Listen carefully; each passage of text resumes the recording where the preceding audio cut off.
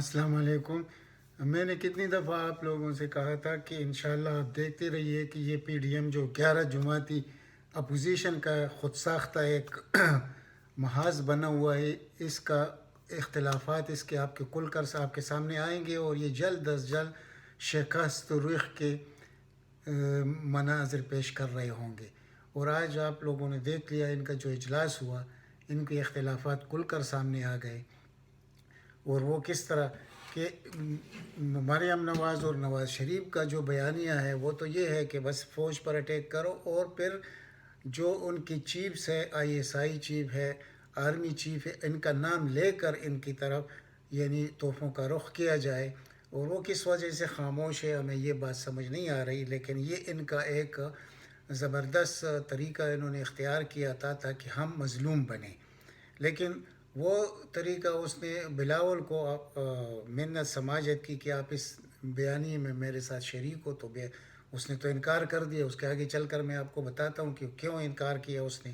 اسی طرح نواز شریف نے زرداری کو رام کرنے کے لیے اس کو بہت زیادہ اس کی منت سماجتی کی کہ آپ اس نعرے میں ہمارے ساتھ شریک ہو۔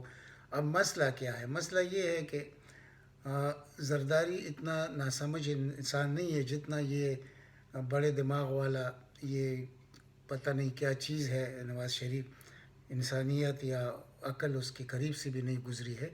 تو عقل کی بات تو یہ تھی کہ یہ خود یہ نعرے نہ لگاتا، لیکن اب زرداری نے اس کو دو ٹوک جواب دے دیا کہ بھائی ہم اس نعرے میں آپ کے ساتھ نہیں شریک ہو سکتے، کیونکہ زرداری کے بہت زیادہ کیسز ہیں، وہ کسی وقت بھی اندر جا سکتا ہے۔ اسی طرح بلاول کے بڑے بڑے کیسز ہیں، وہ بھی کسی وقت اریسٹ ہو سکتا ہے، لیکن ان کو طول دیا جا رہا ہے۔ اگر روزانہ کی بنیادوں پر اس کی سماعت ہو ان کیسوں کی، تو ان لوگوں کا بچنا تو ناممکنات میں سے ہے۔ تو اس لیے انہوں نے انکار کیا کہ ہم تو ویسے بھی پنسے ہیں، تو یہ ہمیں اور پنسانا چاہتا ہے۔ جیسے پہلے ان سے بیان دلوایا نواز شریف نے آرمی کے خلاف، آج سے 5-6 سال پہلے کی بات ہے، اور پھر یہ 3 سال باہر رہا، آ نہیں سکتا تھا ملک میں ڈر کی وجہ سے، راحیل شریف کے وقت میں جب اس نے بیان دیا، اور اس کی کہنی پہ دیا جو نواز شریف نے اس کو اکسایا کہ اس طرح کرے، لیکن وہ آ کر پھر بعد میں اس کا مسئلہ حل ہوا۔ تو اب دوبارہ، اور اس وقت نواز شریف نے اس کا فون لینے سے بھی انکار کر دیا کہ میں اس سے بات نہیں کرنا چاہتا، پہلے اس کو پنسایا۔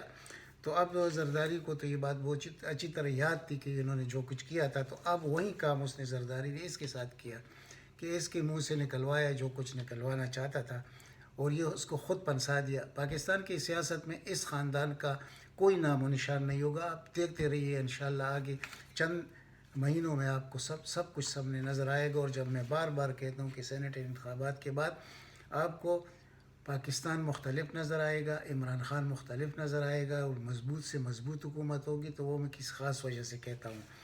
اسی طرح مریم نے بہت کوشش کیا کہ بلاول کو اپنے راستے پہ لگایا جائے، اور یہ بیانیے میں شریک ہو آرمی کے خلاف، میں اس نے بھی انکار کر دیا۔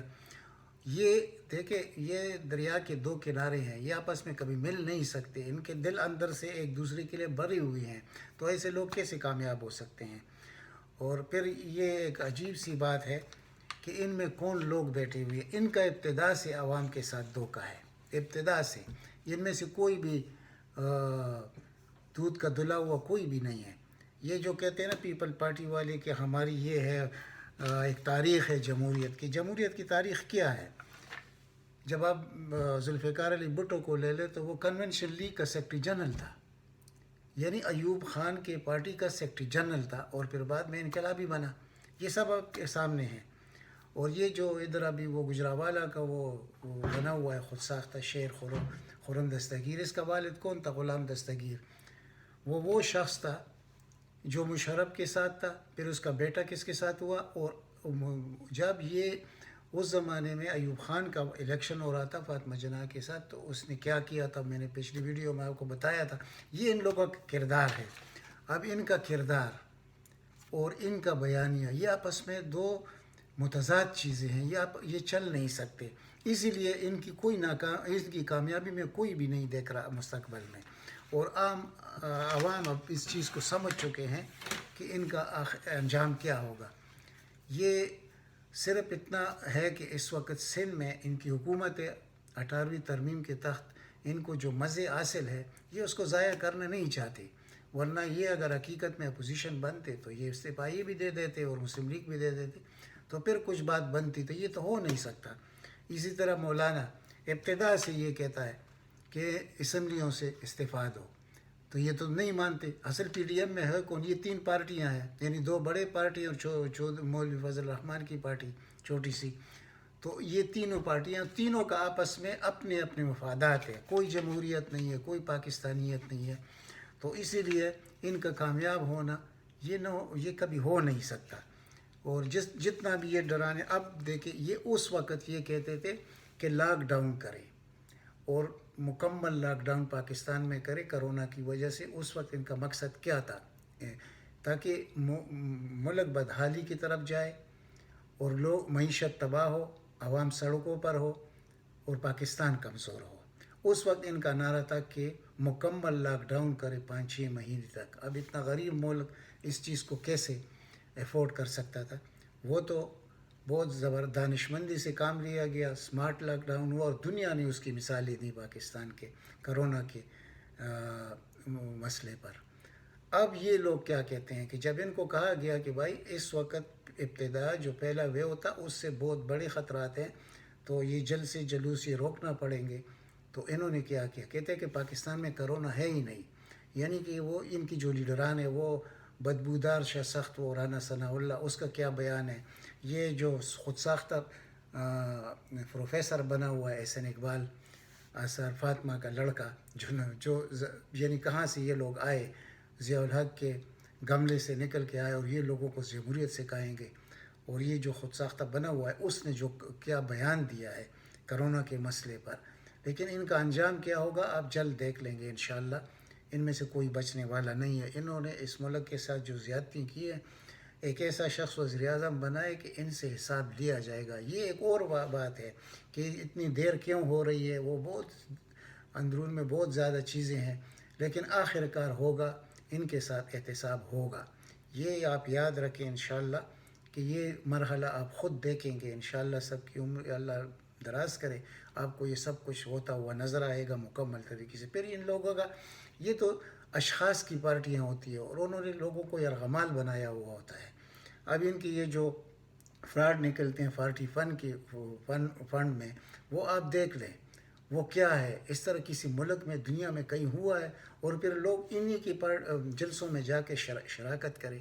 تو میرا مقصد یہ تھا کہ اس وقت تو لاک ڈاؤن کے یہ حق میں تھے کہ مکمل لاک ڈاؤن ہو تاکہ عمران خان ناکام ہو، لیکن اس وقت یہ کیا بھیج رہے ہیں؟ اس وقت عوام کو گمراہ کرنے کے لیے کہ اس وقت ملک میں تو کوئی وہ نہیں ہے کرونا، یہ صرف اپوزیشن کو دبانے کے لیے تاکہ اپوزیشن جلد سے نہ کرے اور اس حکومت کو چلتا نہ کرے۔ اگر آپ کے بس میں ہوتا اس حکومت کو چلتا کرنا ہے تو پہلے دن کر لیتے۔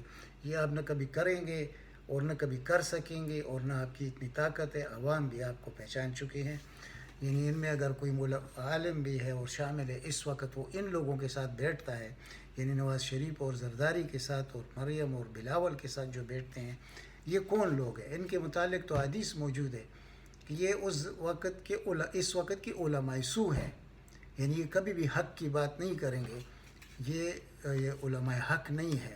تو وہ اس کا کردار آپ کے سامنے ہے مولانا فضل الرحمان کا، اس کا جو کچھ آپ کے سامنے آ گیا، جو ایک کچے گھر سے اٹھ کے تو ابھی پراڈو اور کس میں پھر رہا ہے، 25 صرف کا ایک اس کے اوپر کیس آیا ہوا ہے، تو یہ ہے آپ کا ہمارا عالم پاکستان کا۔ تو اسی لیے ان کو علماء سو کہا گیا ہے۔ تو ان کی قسمت میں کامیابی کچھ نہیں ہے۔ یہ اس وقت تک تھی جب عمران جیسا آدمی اس ملک میں نہیں تھا۔ اب تو یا عمران ہوگا یا اس کے مخالف وہ لوگ جو چور چکارے ہیں، تو ان میں تو فرق نہیں ہے۔ ایک طرف عمران کی شخصیتوں کی عوام کے سامنے، دوسری طرف ان کا کردار ہوگا۔ اب اس عوام اگر کچھ بھی نہیں سمجھتے تو اتنا سمجھ گئے ہیں کہ ٹھیک ہے، اس شخص کا نیت صاف ہے۔ عام آدمی یہ کہتا ہوا سنا پائے گا آپ کو، کیونکہ اس وقت بہت مہنگائی ہے، سب کچھ ہے، اور وہ بھی کیا درا کس کا ہے؟ انہی حکمرانوں کا ہے جو پچھلے گزرے ہیں۔ لیکن عوام کو ابھی بھی یعنی اس موجودہ وزیر اعظم عمران خان سے یہ یقین ان کو ہے کہ یہ انشاءاللہ اس ڈیلیور بھی کرے گا، اور یہ آدمی خود صاف ہے، تو اس لیے لوگوں کا نفرت نہیں ہے عمران خان کے ساتھ. لیکن اگر اس کی پاپولیرٹی میں کوئی فرق آتا ہے جو کہ نہیں آ رہا، لیکن ان کی محبت تو نہیں جاگ رہی نا کسی کے دلوں میں، یہ تو مسترد ہو چکے ہیں. اب یہ جو کہتے ہیں کہ گلگت بلتستان کا الیکشن آپ دیکھ لیں، یعنی اب انہوں نے یہ ایک نیا ڈنڈورا، اور لوگ ہنستے ہیں ان کے پیچھے ان کی باتیں سن کر. ان کو پتہ نہیں چلتا کہ لوگ ان کے مذاق اڑاتے ہیں. یعنی جب بھی مرکز میں حکومت ہوتی ہے تو اس آدمی کو ووٹ ملتے ہیں گلگت بلتستان میں یا آزاد کشمیر میں. تو اب پہلے دیکھا جائے کہ پہلے کیا ہوا تھا. جب نون کی حکومت تھی تو ان کے پاس 18 سیٹیں تھے. جب پیپل پارٹی کی حکومت تھی تو گلگت بلتستان میں ان کے پاس 16 سیٹیں تھے. اور یہی نتیجہ تھا جو آج نکلا ہے. لیکن آج اتنا ہوا ہے کہ عمران خان نے جس کو ٹکٹ نہیں دیا تھا اور آزاد منتخب ہو گئے ہیں، تو وہ لوگ یعنی 10 اس کے اپنے ہوئے ہیں، تو 7 جو آزاد ہوئی ہیں وہ سارے کی ساری پی ٹی آئی والے ہیں. اور ایک جو سیٹ ہوا ہے وہ مجلس وحدت المسلمین کا، تو وہ بھی اتحاد میں تھا. تو وہی رزلٹ آئے جو پہلے آتا تھا، اور سب لوگ پوری دنیا نے اس کو تسلیم کیا کہ بہت صاف انتخابات تھے، جو پہلی دفعہ سن 70 کے بعد پہلی دفعہ اس طرح انتخابات لوگوں نے دیکھے ہیں. لیکن یہ بد نصیب لوگ روز جھوٹ بولتے رہیں گے اور اپنے دل کو جلاتے رہیں گے، لیکن اس کے ہاتھ میں کچھ نہیں آئے گا. انشاءاللہ یہ ملک بھی ترقی کرے گا، یہ وزیر اعظم بھی کامیاب ہوگا، اور عوام کے خواہشات بھی پورے ہوں گے انشاءاللہ. تو آپ لوگوں سے گزارش ہے کہ اس پیج کو لائک کریں اور خان ٹی وی کو سبسکرائب کریں، اور زیادہ سے زیادہ شیئر کریں تاکہ عام آدمی تک میری آواز پہنچے. والسلام.